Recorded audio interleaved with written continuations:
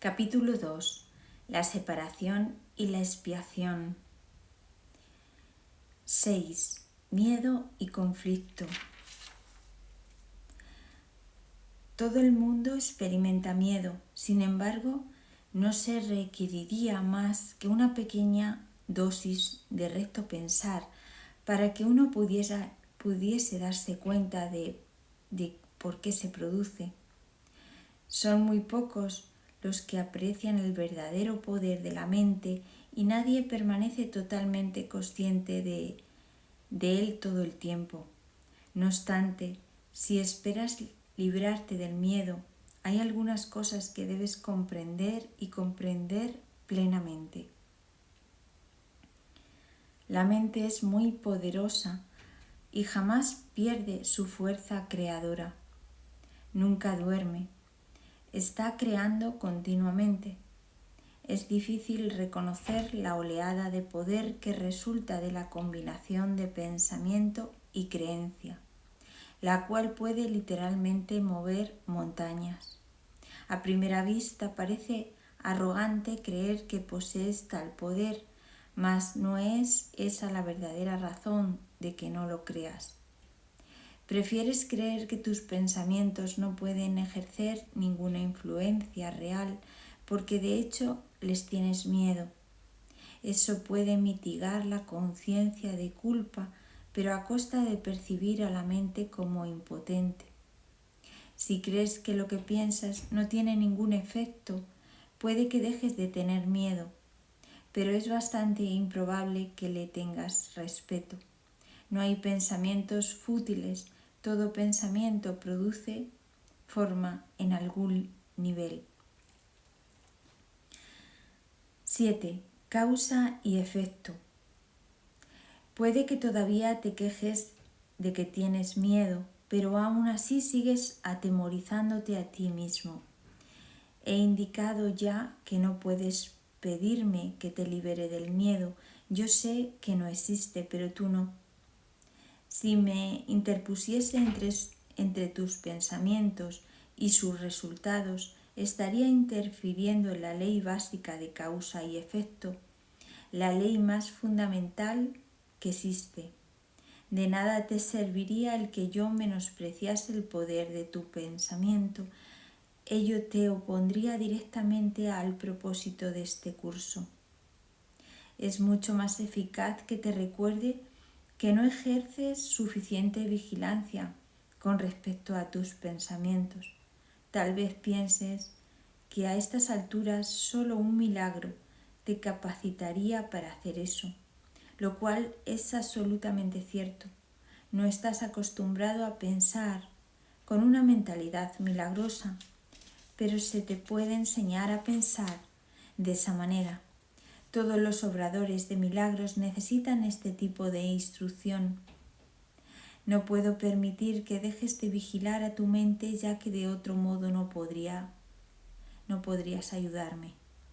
Obrar milagros requiere el que uno se dé cuenta plenamente del poder de los pensamientos a fin de evitar las creaciones falsas. De lo contrario, sería necesario un milagro que rectificase a la mente misma. Proceso circular este que no propiciaría el colapso del tiempo, que es para lo que el milagro se concibió. El obrador de milagros debe poseer un genuino respeto por la verdadera ley de causa y efecto como condición previa para que se produzca el milagro. Tanto el milagro como el miedo proceden de pensamientos. Si no eres libre de elegir uno, tampoco serás libre de elegir el otro. Al elegir el milagro, rechazas el miedo aunque solo sea temporalmente. Te has sentido temeroso de todo el mundo y de todas las cosas. Tienes miedo de Dios, de mí y de ti mismo. Nos has percibido erróneamente o creado falsamente y crees en lo que has fabricado. No habrías podido hacer nada de eso si no hubieses tenido miedo de tus pensamientos. Los temerosos no pueden sino crear falsamente, puesto que perciben erróneamente la creación. Cuando creas falsamente no puedes sino sufrir, El pensamiento de causa y efecto se convierte ahora en un verdadero catalizador, aunque solo sea temporalmente. En realidad, causa es el término que le corresponde propiamente a Dios y su efecto es su Hijo. Esto supone una serie de relaciones de causa y efecto completamente diferentes de la que tú introduces en tus creaciones falsas. El conflicto fundamental en este mundo es, pues, entre la creación y la creación falsa. Todo miedo está implícito en la segunda y todo amor en la primera. El conflicto es, por lo tanto, entre el amor y el miedo. Ya hemos dicho que crees que no puedes controlar el miedo porque tú mismo lo inventaste y tu creación en él parece ponerlo fuera de tu control. Sin embargo, todo intento de resolver el error tratando de dominar el miedo es inútil. De hecho, eso no hace más que corroborar su poder al asumirse que necesita ser dominado. La verdadera solución descansa enteramente en alcanzar el dominio por medio del amor. En el ínterin, no obstante, la sensación de conflicto en el interior, no obstante, la sensación de conflicto es inevitable, ya que te has colocado a ti mismo en una posición que crees en el poder de algo que no existe. La nada y el todo no pueden coexistir. Creer en uno es negar el otro. El miedo no es nada realmente y el amor lo es todo. Siempre que la luz irrumpe en la oscuridad desaparece. Lo que tú crees es cierto para ti. En este sentido, la separación ha ocurrido y negarlo sería utilizar incorrectamente la negación. Concentrarse en el error, no obstante, no es más que otro error.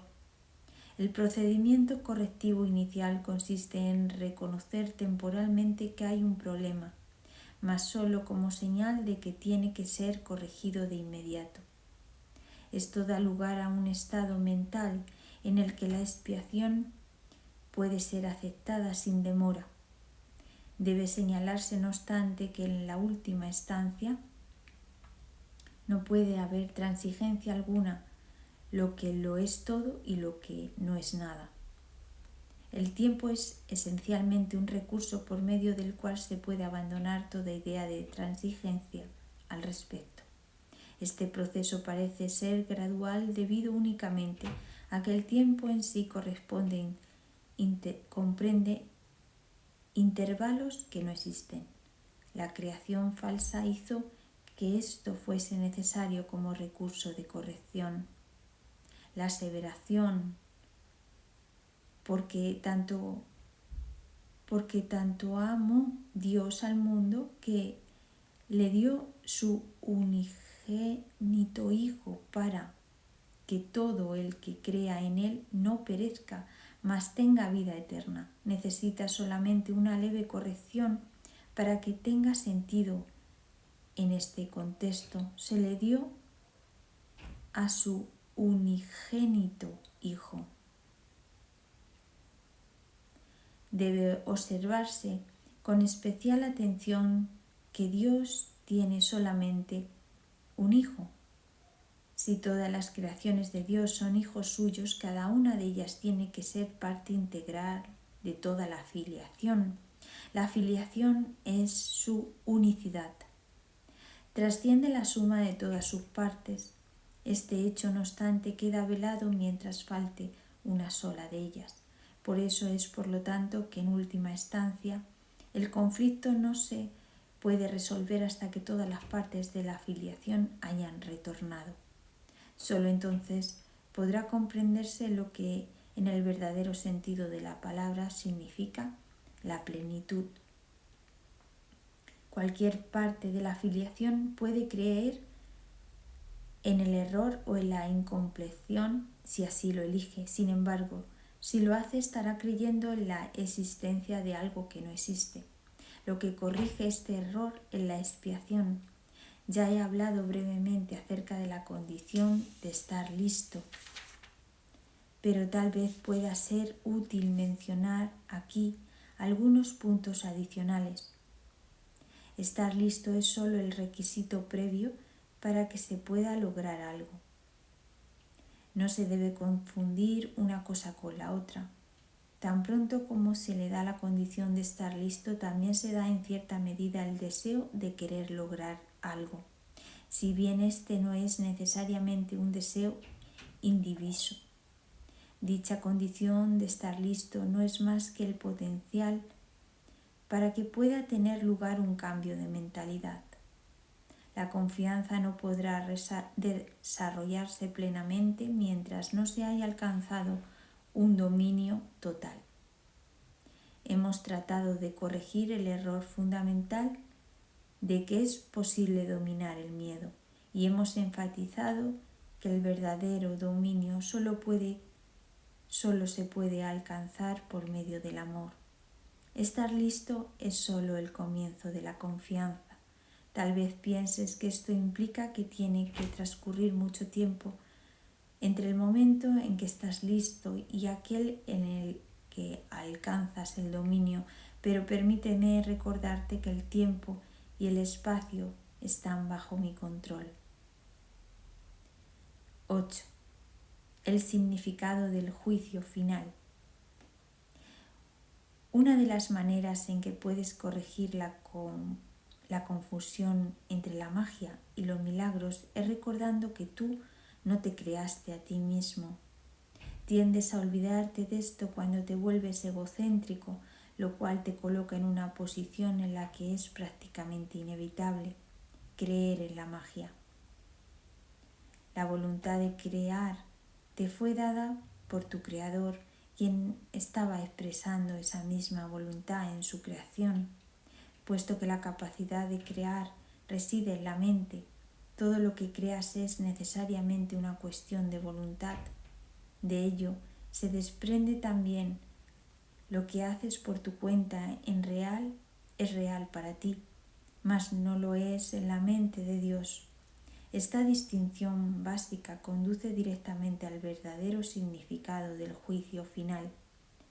El juicio final es una de las ideas más atemorizantes de tu sistema de pensamiento.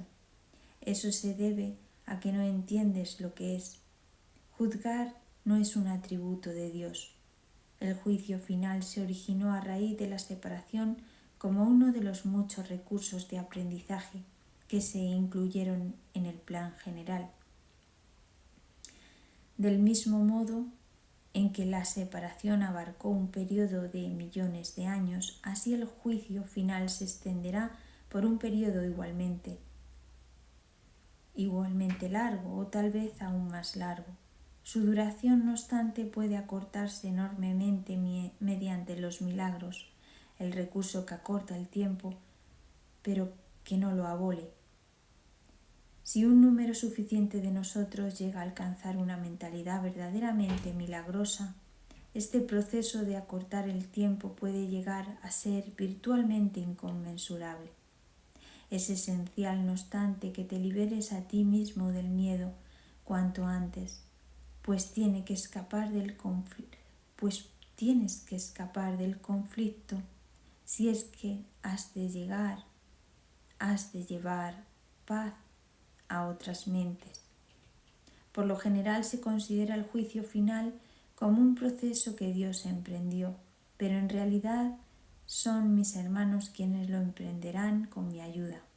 El juicio final es la última curación en vez de un reparto de castigos, por mucho que pienses que los castigos son merecidos.